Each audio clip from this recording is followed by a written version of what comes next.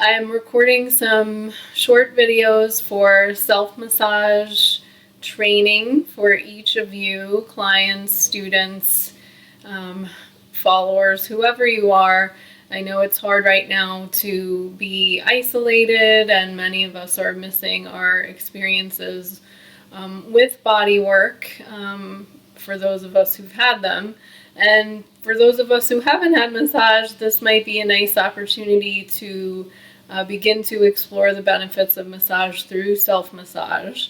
So hopefully these videos are helpful for that. This is the third in a series. The first couple of sessions address neck and shoulder and face, and then we talked a little bit about abdominal massage and massage for the pecs to help improve your breathing. And now we are going to focus on the lower part of the body today, so the legs and the feet.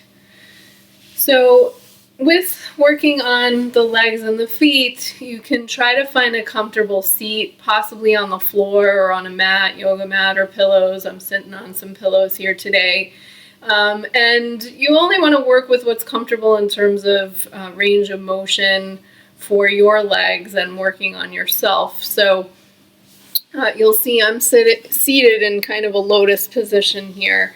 If that's not totally comfortable for you, that's okay. You can also just bring your legs and knees up like this, or you can alternate positions as you need to.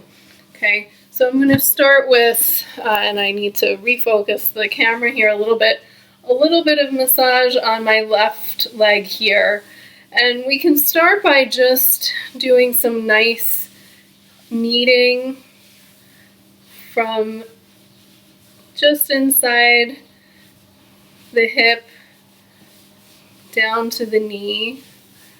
So you can just use these parts of your hands, or you can also kind of push in with your fingertips. You can think about kind of fluffing up, pushing the tissue up between your two hands and moving down to the knee. You can also think about working your way back up, maybe more slowly. If you like more pressure, using your knuckles. And then let's start working the lower part of the leg in a similar way. Pushing our hands together. And for working the lower part of the leg, we can also begin to incorporate fingertips. So you can kind of feel down the front of the shin, this big bone here. It's called the tibia. And you might want to work a little bit to the outside of that, like towards the outside of your foot or ankle. Starting there with your fingertips, just lateral or to the outside of the tibia, and then slowly pulling up. There's this muscle here called tibialis anterior that can get pretty tight. So we can just begin to glide our fingertips up. And I'm not using any kind of lubricant here yet, but you might prefer to do that. Or again, you can keep these kind of broad strokes with the palms of your hands and fingertips, maybe alternating direction here. And then for work on the feet, I'm going to reposition this again a little bit.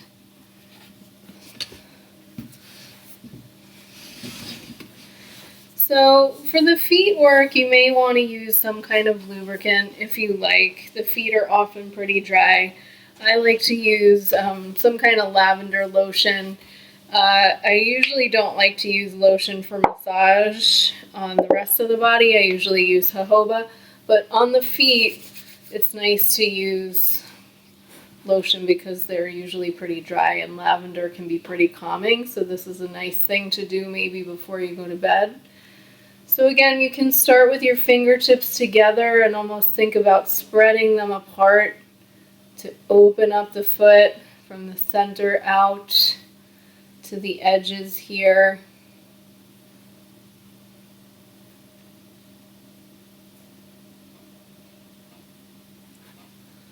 You can also alternate hands, have all 4 fingers working together at once.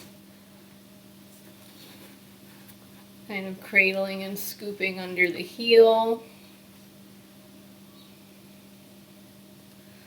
There's a pressure point here, kidney 1, in the center of the foot here. It's a good point to work for stabilization of the body and the spirit, for groundedness, to relieve adrenal fatigue. So you can do some direct acupressure on that point. If you want to work the toes, you can start at the base and kind of pull up to the tip of the toe, or you can sandwich the toes between 2 fingers and kind of pull up like that.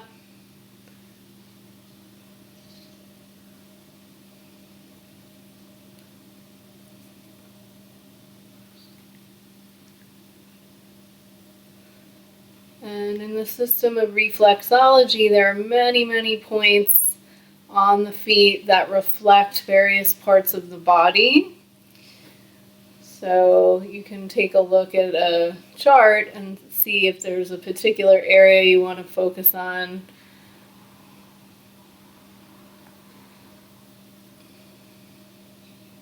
Or you can just keep the work a little bit more general.